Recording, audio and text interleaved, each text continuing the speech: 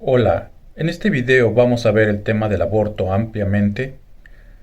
Nosotros no discutimos la espiritualidad ni el espiritualismo, porque es una práctica, y de esa práctica nace la verdad, que es la que nos libera de todo fanatismo, idolatría, supersticiones, vicios y errores.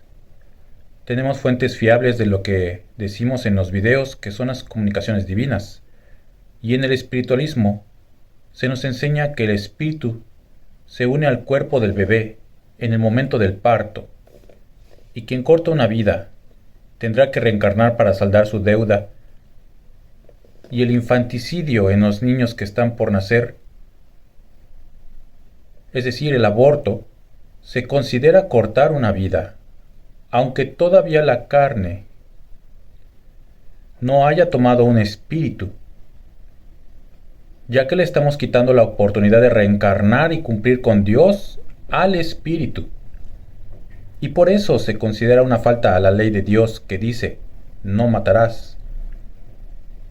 Es la misma falta cortar una vida humana cuando está en proceso de tener espíritu en la concepción, a cuando ya posee un espíritu luego de nacer. El doctor, al igual que un científico materialista, no practica esta ley de Dios y toma la vida en sus manos para destruirla. Pero en otros casos no salva la vida de la madre ni la del niño que va a nacer. Tampoco hay que confundir el espíritu con la genética. La carne, cuerpo o materia al nacer está preparada para recibir al espíritu, justo en el momento del parto, ya sea que la carne, esté enferma, deforme, incompleta o sana, es un recipiente o ropa que usaremos una vida o existencia. Y si queremos hablarle a la carne mientras está dentro del vientre de la madre, en realidad le estás hablando a un espíritu que fue en otra vida un familiar y no precisamente debe de estar dentro de tu cuerpo para poder escucharte. La música, por otro lado, tal vez ayude a la carne en su desarrollo material, pero no ayuda al espíritu, pues Dios es el que escoge el lugar, el momento y la condición del cuerpo para que cada espíritu la tome dependiendo de la restitución o misión que trae cada espíritu. Y nace como hombre o mujer. Eso también es una decisión de Dios y debemos de cumplir con ese rol. Nadie ha llegado aquí por azar. Nadie es concebido por obra de la casualidad. Si estamos aquí, es porque hemos sido enviados a la tierra a cumplir una restitución y con una misión. Y esto nada tiene que ver con las cosas materiales ni los placeres de la carne. Existen espíritus esperando para reencarnar. Negar a otra persona la oportunidad de vivir solo lleva a dolor y a una pena íntima. La reencarnación es la oportunidad que Dios, en su amorosa justicia, le ofrece al espíritu para que pueda recuperar su pureza y regresar al camino. Esa es la manera por la cual puede tomar ventaja de la experiencia adquirida en su peregrinación, de vida en vida. Uno de los puntos que con frecuencia es esgrimido a favor del aborto es el que dice que al cortar la vida de alguien mientras se encuentra en el seno de la madre, se evita traerlo a sufrir a este mundo. Pero si ves a todas las personas que caen en la categoría de llevar una vida que no vale la pena, como son calificadas por los activistas del proaborto, encontrarás que el índice de suicidios en esa porción de la humanidad es prácticamente cero. Mientras que por otro lado, personas que aparentemente lo tienen todo según esos mismos estándares son más inclinados a la autodestrucción. Vaya lógica de tal argumento. Si la vida ha resultado ser excesivamente amarga o penosa para algunos, haciéndoles pensar en estas cosas, debemos estar conscientes de que esta existencia no es la única y que en el destino de cada criatura existe un santuario íntimo en el que solo Dios puede entrar. Ellos habrían entonces preferido el evitar que Toulouse-Lautrec y Stephen Hawking, para mencionar solo unos cuantos, llegaran a este mundo que permitirles vivir una vida que no vale la pena. La roca Tarpeya, de nuevo, los espartanos se deshacían de los débiles, los viejos y los inválidos, arrojándolos a una muerte horrible desde una roca localizada en lo alto de un risco. Pero ¿qué tal si el bebé que está a punto de ver cortada su vida fuera a llegar a convertirse en un gran científico o en un renombrado artista, un filósofo o mejor aún en un gran ser humano, independientemente de su medio socioeconómico, raza o nivel cultural? ¿Es la violación justificante para el aborto? Ciertamente que no, ya que al tomar la vida del bebé, lo que estarías haciendo en realidad es castigar a la otra víctima. La madre violada es la primera, en lugar del criminal, y el aborto no constituye ninguna medida de disuasión o de castigo para ningún violador. Una vida humana otorgada a un espíritu tiene un valor tan grande y representa una oportunidad tan propicia para el progreso de un espíritu que el hecho de desperdiciarla o destruirla implica que la justicia divina siempre inexorable se manifestará tarde o temprano en el camino de quien profane dones tan preciados como aquellos con los cuales Él dota a cada espíritu al enviarlo a la tierra, siendo la vida misma el primero de ellos. La justicia humana es incapaz de lograr esto. ¿Y los derechos de la mujer? Por supuesto que una mujer tiene el derecho a decidir todo cuanto concierne a su propia vida. Permíteme repetir esto de nuevo. Una mujer tiene el derecho de decidir todo cuando concierne a su propia vida. Pero ¿y los derechos del bebé? ¿En qué momento comienza una persona a tener derechos? ¿Una vez que respire al nacer? ¿O hasta que puede ser vista por otros? Los derechos los otorga la edad, es decir, tienes más derechos humanos ahora que eres una persona mayor que cuando tenías 5 años de edad. ¿Y qué decir de cuando tenías un mes de edad o 28 días de edad? ¿Solo que viviendo en la matriz de tu madre? Esta es una área tan gris para tantos que merece al menos una mirada y una meditación más cercana para dilucidar tan importante cuestión. ¿Qué te parecería que alguien tomara decisiones acerca de si tienes o no el derecho a vivir? Piensa por un momento acerca de cómo te sentirías si tu madre estuviera a punto de tomar la misma decisión acerca de ti que tú estás a punto de tomar respecto a tu bebé. Y quienes se burlan de la noción de los que los bebés no nacidos tengan derechos, están pasando por el derecho supremo, el derecho sagrado a la vida. Estarían dispuestos a despojar a otro ser humano de lo que ellos consideran en sí mismos su posesión más valiosa, su propia vida. Prefieren ignorar que la vida es un don que ningún hombre ni ninguna mujer puede otorgar, porque involucra la reencarnación de un espíritu. La reencarnación es un don que Dios ha otorgado al espíritu para que no quede éste limitado a la pequeñez de la carne ni a la pasajera existencia en la tierra con sus naturales debilidades, sino que por el contrario, precediendo de una naturaleza superior, el espíritu pueda tomar tantos cuerpos como necesite para completar sus grandes misiones en este mundo. A través de este don, el espíritu muestra su inmensa superioridad sobre la carne, sobre la muerte y sobre todo lo terrenal, sobreviviendo a un cuerpo y después a otro y a cuantos le sean confiados, dominando así sobre el tiempo, las dificultades y las tentaciones. Cuando pensemos en los niños, debemos hacerlo con respeto, porque no sabemos qué espíritu se encierra en ellos.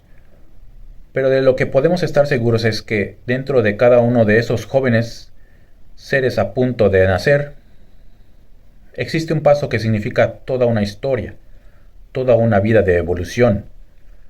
El niño no nato tiene un camino, una jornada enfrente de él o de ella, Las posibilidades que ese camino contiene son infinitas. Las mujeres, portadoras de la vida, son bendecidas con la maternidad. El amor materno es uno de los más grandes regalos que el cielo le ha concedido al ser humano. ¿A qué presión tan inmensa ha de encontrarse sometida una mujer embarazada por este mundo materializada para llevarla al grado de cobijar en su mente la idea de cortar la vida de su propia criatura? La exasperación causada por problemas económicos, el dilema de su propio egoísmo, provoca muchas veces, son factores que empujan a muchas mujeres a actuar en contra de su más íntima naturaleza, y así como somos testigos todos los días en muchas partes del mundo, de cómo las portadoras de la vida se convierten en portadoras de la muerte. O si tan solo supieran de que un manto amoroso protege a todas las madres, un manto que aun siendo espiritual y sublime tiene una influencia definitiva en este mundo. María, Nuestra Señora, es la escala, el amor más tierno de Dios hacia sus criaturas. No tiene forma. Sin embargo, durante el segundo tiempo, tomó la forma de una mujer en María, la Madre de Jesús. Debemos comprender que María siempre ha existido, así como su esencia, su amor, su ternura, siempre han sido una divinidad. Ella es la dulce y sagrada ternura, cuya caridad se extiende al infinito. Ella es soberana sobre todo espíritu, pero su reinado es de humildad, de caridad, de pureza, pero ella no tiene trono como los hombres la imaginan. Ella no vino a este mundo solamente para amar a su Hijo. Su amor divino es un manto universal de consuelo. Su presencia en todos los tiempos es de ternura e intercesión. Busquémosla, y en ella encontraremos la escala que conduce hacia Dios. María representa la pureza, la obediencia, la fe, la ternura, la humildad en las cuales debemos perseverar. Sea una de estas virtudes es un peldaño de la escala por la cual Dios descendió a este mundo para volverse hombre en el seno de una santa y pura mujer. Esa ternura, esa pureza y ese amor son el seno divino donde la semilla de la vida fructifica. Esa escala por la cual Dios descendería entre nosotros para hacerse hombre y vivir con sus hijos, es la misma que en este tiempo nuestro Padre nos presenta para que, por ella, podamos ascender hacia Él, transformándonos de hombres y mujeres en espíritus de luz. María es la escala, María es el seno materno. Búscala y encontrarás a Dios. María es la esencia maternal divina que siempre ha existido. Ella es la esencia universal femenina que descubrimos y contemplamos en todas las obras de la creación. Si la buscamos en la quietud de la noche, en el silencio que nada puede perturbar, allí en el cosmos, podremos encontrar su imagen. Y si la buscamos en la fragancia de las flores, ahí también la podremos encontrar. Y si la buscamos en el corazón de nuestra madre, ahí sentiremos su divina presencia. Pero, ¿sabes dónde más la podrás encontrar? En tu propia maternidad, porque tú, como madre humana, eres la verdadera representación de María, la ternura divina. Y si representas a María, representas a la vida, no a la muerte.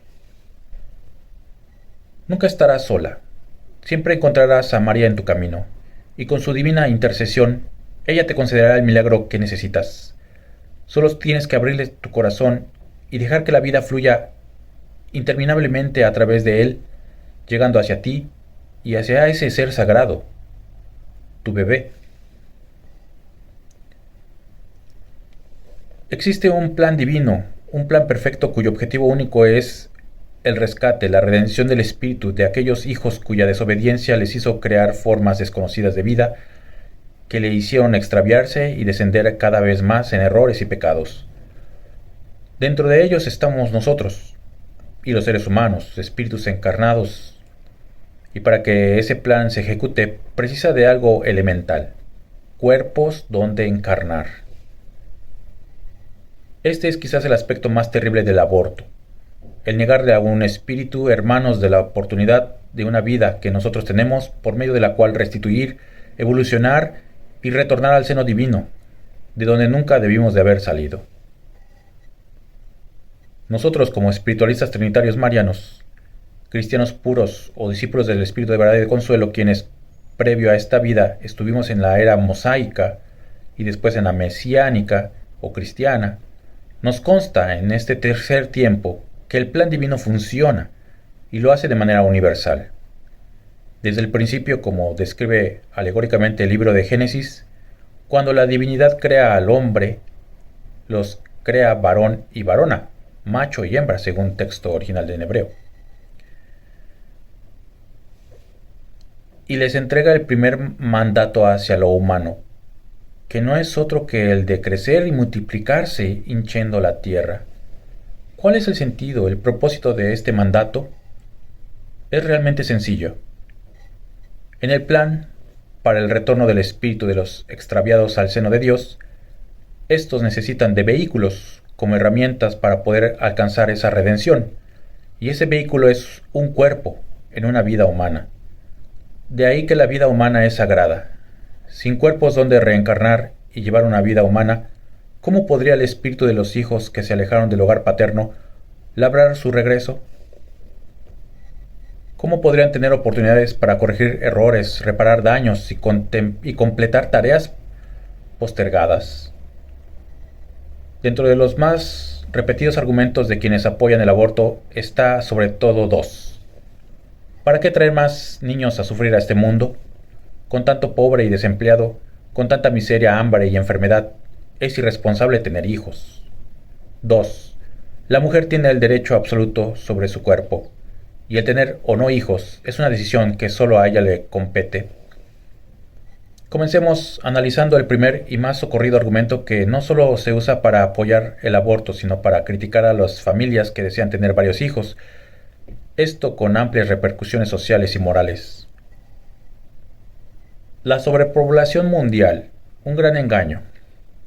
Por supuesto que de inmediato alguien repetirá este argumento falaz que quienes detentan el poder humano repite una y otra vez: la sobrepoblación humana es una causante de la miseria, las guerras y la injusticia del mundo. Y eso es un gran engaño. Mas lo que realmente es sorprendente es que graduados de universidades y gente que se precia a sí misma de ser muy inteligente, se concretan a repetir ese infundio sin siquiera detenerse a analizarlo, y no caen en cuenta de que el problema no es la sobrepoblación. ¿Cuánta población es la científicamente racional? Sino la pésima y criminal distribución de la riqueza. Veamos. Eduardo Galeano, célebre ensayista, advierte acerca de esto. Dice: en la mayor parte de los países latinoamericanos, la gente no sobra, falta. Brasil tiene 38 veces menos habitantes por kilómetro cuadrado que Bélgica, Paraguay 49 menos que Inglaterra, Perú 32 veces menos que Japón, México 6 veces menos, y Haití y El Salvador, exhibidos constantemente por los medios como los hormigueros humanos de América Latina, tienen menos densidad que Italia. Los pretextos invocados: exceso de población, altas tasas de natalidad, etc., ofenden la inteligencia. Las intenciones reales encienden la indignación ante tanta hipocresía y cinismo. Al fin y al cabo, no menos de la mitad de los territorios de Bolivia, Brasil, Chile, Ecuador, Paraguay y Venezuela están habitados por nadie. Y podemos añadir: enormes partes de África, Argentina y México están en las mismas condiciones. Aquí aparece una gráfica con estadísticas recientes de la densidad de población, donde se puede apreciar el nacimiento de algunas naciones, incluyendo las más desarrolladas económicamente, y África. Y lo más sorprendente: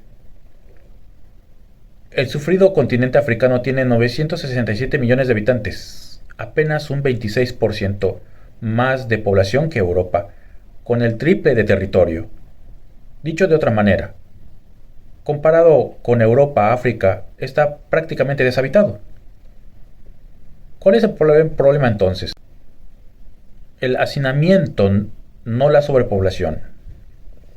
Y otro dato más.